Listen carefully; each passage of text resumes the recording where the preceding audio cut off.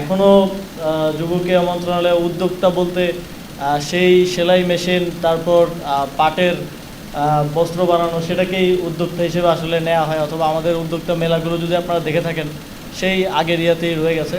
কিন্তু উদ্যোক্তা বিষয়টা তো এখন পুরো পৃথিবী জুড়েই একটা অন্য লেভেলে চলে গিয়েছে। এবং আমাদের ইভেন আমাদের ছোট অনেকেও আছে যাদের ভালো ভালো স্টার্ট আপ আছে, এবং এটা অন্য একটা লেভেলে আছে।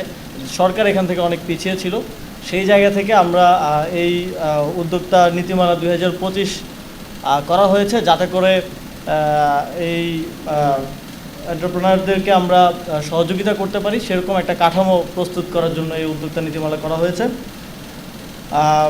দেশে বিরাজমান সামাজিক, অর্থনৈতিক এবং পরিবেশগত চ্যালেঞ্জ মোকাবেলা করতে যুব সমাজের ক্ষমতায়ন, বাংলাদেশের কর্মক্ষম জনসংখ্যার তুলনায় কর্মসংস্থানের সুযোগের ব্যাপক ঘাটতি রয়েছে। প্রতি বছর প্রায় 22 লাখ তরুণ শ্রমবাজারে প্রবেশ করে, যার মধ্যে সরকারি বেসরকারি সহ বিভিন্ন খাত মিলিয়ে 12 লাখকেই আমরা কর্মসংস্থান দিতে পারি।